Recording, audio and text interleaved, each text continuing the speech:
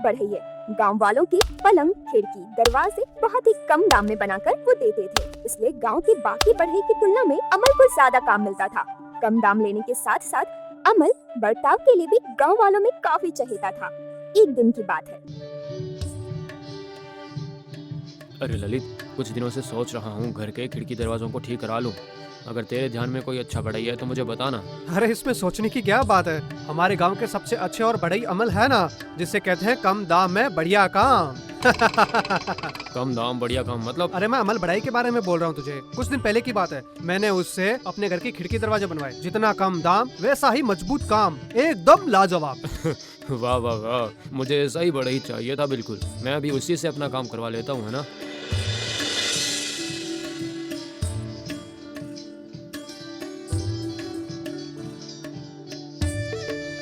बिरजू भैया नमस्ते, मैं नंदू। वो तो ठीक है, लेकिन तुम हो कौन? दरअसल मैंने सुना है कि आप लकड़ी का काम करवाने के लिए मिस्त्री ढूंढ रहे हैं ना। अब अपनी मुंह से क्या तारीफ करूं, लेकिन मुझसे अच्छा मिस्त्री आपको कहीं नहीं मिलेगा। नहीं मिलेगा से आपका क्या मतलब है? मिल गया है नंदू भाई, तुम्हें शायद पता नहीं, लेकिन बिरजू भैया ने अपने काम के लिए मुझे नक्की पहले से कर लिया है। क्या तुझे नक्की कर लिया है? बिरजू भैया मैं बहुत अच्छा काम करता हूँ, विश्वास कीजिए। मैं 20 रुपए लूंगा, सच कहता हूँ। लेकिन मैं तो 10 रुपए मजदूरी लेकर काम करता हूँ और बिरजू भैया से पैसे लेकर मेरी बात भी हो गई है। क्या क्या कह रहे हो तुम? 10 रुपए में खिड़की दरवाजे का काम? जी हाँ, कम दाम बढ़िया काम। सुनो नंदू, अब तुम जा सकते हो, मेरा काम अमल ही करेगा।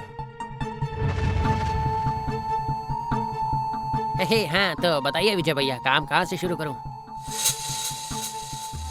इसी तरह गांव के ज्यादातर घर में सिर्फ अमल ही बढ़ई का काम करने लगा। धीरे धीरे गांव में बढ़ई के तौर पर लोग सिर्फ और सिर्फ अमल को ही जानने लगे। इस बात से गांव के बाकी बढ़ई नाराज होने लगे। एक दिन सभी बढ़ई एक जगह पर इकट्ठा हुए।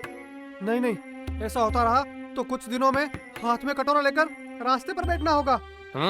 शर्मा जी के घर के काम के लिए अग्रिम मिलने पर सोचा था बेटे को एक कमीज खरीद कर दूंगा, लेकिन अमल ने आकर वो काम छीन लिया मुझसे। तो फिर मेरी बात सुनकर क्या कहेगा? राज्य के सेनापति के घर के दरवाजे बनाने का बड़ा काम मिल गया था, काम शुरू ही करने जा रहा था कि उसके बाद पता नहीं वहाँ भी अमल कहाँ से आ गया और कहता है कि 10 रुपए मजदूरी में काम करेगा। बस मुंह के निवाले की तरह काम छीन लिया। मुझे ये समझ में नहीं आता, ये लड़का इतनी कम मजदूरी में काम कैसे कर लेता है। ये तो मुफ्त में गधा बनने वाली बात हो गई है। लेकिन ये तो नहीं पता भाई, अगर ऐसा ही चलता रहा देख लेना एक दिन हम सबको दूसरा काम करना पड़ेगा। हे ऊपर वाले, हमारे भाग्य में आखिर है क्या?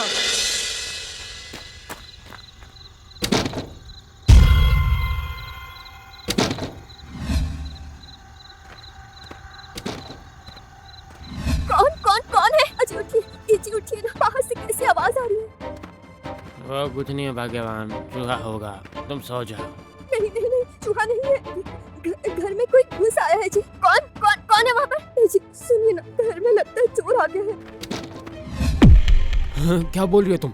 कौन? कैसे? कहाँ है? कौन है वहाँ?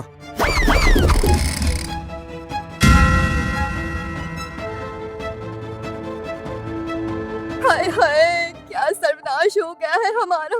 डाकू सब लूट कर ले गए।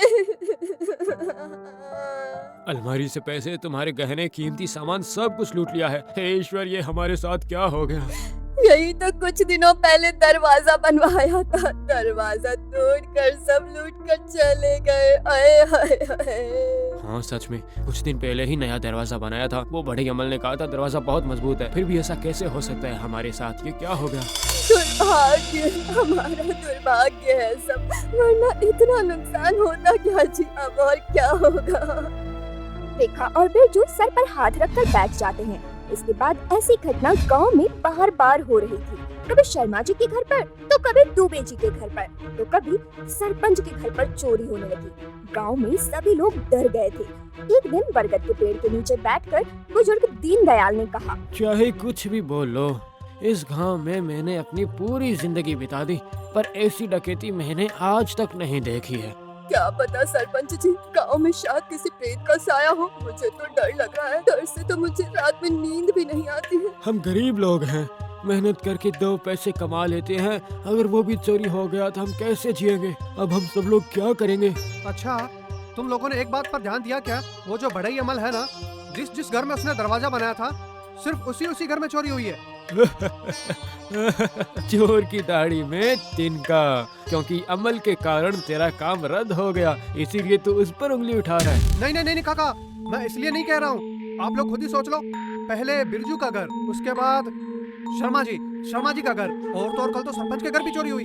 तो ऐसा हो सकता है क्या? उसने तो कुछ दिनों पहले मेरे घर का दरवाजा भी बनाया। वो तो बहुत अच्छा और गुणी लड़का है।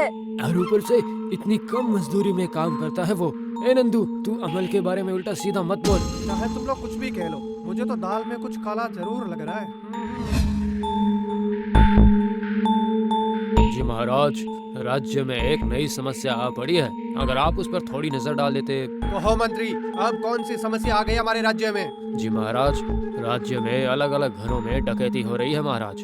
घर में जब सभी गहरी नींद में होते हैं, तभी चोर धीरे से घर के अंदर घुसकर सब कुछ लूट कर ले जा रहे हैं महाराज। ये कैसी बात है? ये तो बहुत ही चिंता का विषय है। ये क्या, डाकू दरवाजा तोड़कर घर के अंदर आ रहे हैं और घर वालों को पता ही नहीं चल रहा है?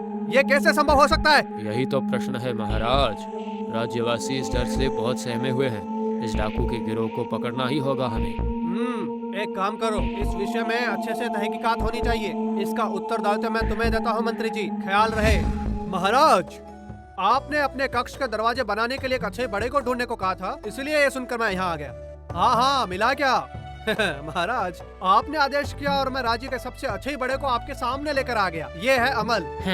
प्रणाम महाराज, मैं बहुत ही नगण्य कारीगर हूँ। आपके दरवाजे को बनाकर खुद को धन्य मानूंगा महाराज, धन्य मानूंगा।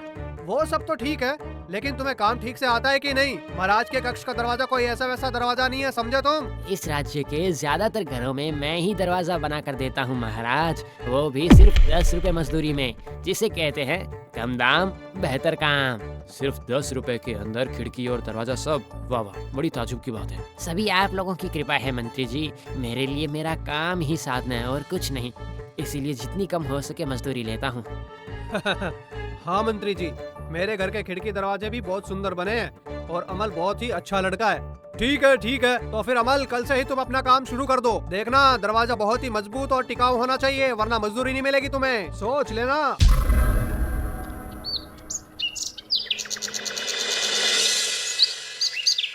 अमल अगले दिन खुशी खुशी अपना काम शुरू कर देता है। कुछ दिनों बाद सेनापति के घर डकैती हो जाती है। इस बात से मंत्री जी भी बहुत परेशान हो जाते हैं। उस दिन बेचैन होकर राजमहल के प्रांगण में मंत्री जी टहल रहे थे, तभी नंदू।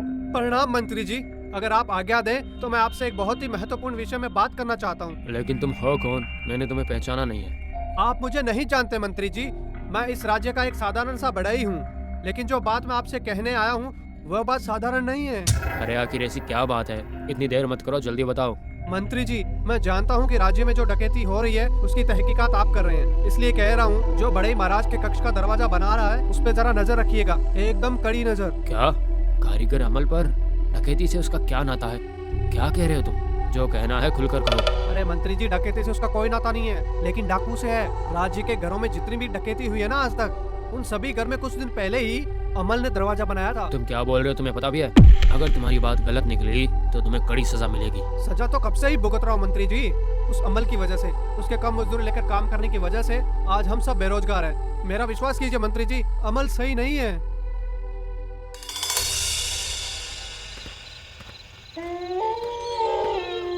अरे तुम सब लोग ही आ गए, आने में इतनी देरी क्यों कर दी? हम सब लोग पहले ही आ गए थे। खबर क्या है ये बताओ जल्दी से। मेरे रहते कोई खबर बुरी होगी, ऐसा तुम्हें लगता है क्या? महाराज के कक्ष के दरवाजे के दाहिने तरफ नरम लकड़ी लगाई है, भाले से थोड़ा जोर से लगाने से ही वो अपने आप खुल जाएगा। वाह, महाराज के कक्ष में डकैती, सोच के ही उत्साहित हो रहा हूँ। जितने भी कीमती सामान है सब एकदम सफाचट कर दूंगा। हा हा, क्या बात है। हाँ, पूरा कमरा कीमती सामानों से भरा हुआ है। और हाँ, इस बार मुझे सिर्फ 40 नहीं, पूरे 60% हिस्सा चाहिए। हाँ। क्या 60%? लेकिन क्यों?